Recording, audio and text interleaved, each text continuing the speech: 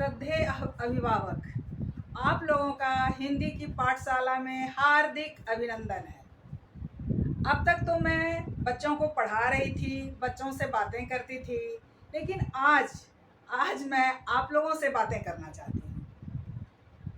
इसलिए कि बच्चों की परीक्षाएं हो चुकी हैं, काफ़ी समय है अभी बच्चों के पास, तो इसलिए मैं ये कहना चाहती हूँ कि आप लोग थोड़ा सा समय निकाल करके अपने बच्चों पर दीजिए। ये सिर्फ मैं नहीं कह रही, बल्कि मेरा ये अनुभव है। 30 साल का एक्सपीरियंस, 30 साल का अनुभव मैं आप लोगों से बांट रही हूँ, साझा कर रही हूँ कि आप लोग बच्चे को रीडिंग लगवाइए।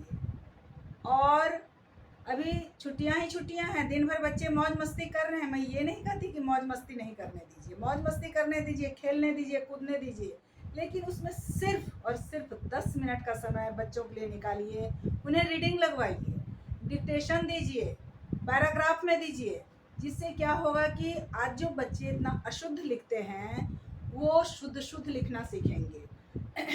क्योंकि आप लोग जानते ही हैं कि कॉम्प्रिहेंशन मीन्स भाषाई परिपक्वता, जिसको हिंदी में कहते हैं भाषाई परिपक्वता, कि भाषा पर जब तक पकड़ नहीं होगी तब तक बच्चे किसी भी विषय को समझ नहीं सकेंगे। भाषा पर पकड़ के लिए उसे भाषा को पढ़ना आना चाहिए, शुद्ध शुद्ध लिखना आना चाहिए, तभी चाहे वो मैथ्स हो, साइंस हो, एसएसटी हो, किसी भी विषय में जो प्रश्न पूछे जाएंगे तो भाषा समझ में आएगी, तभी वो क्वेश्चन समझ पाएंगे कि प्रश्न में पूछा क्या जा रहा है।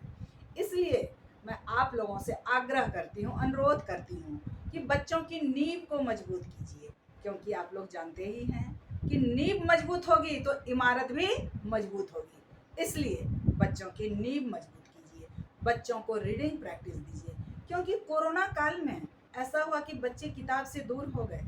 बच्चे आज जो स्थिति है मैं वो बयां कर रही हूँ कि बच्चे रीडिंग नहीं लगा सकते हैं, बच्चे शुद्ध शुद्ध लिखना नहीं जानते हैं, शुद्ध शुद्ध बोलना नहीं जानते हैं।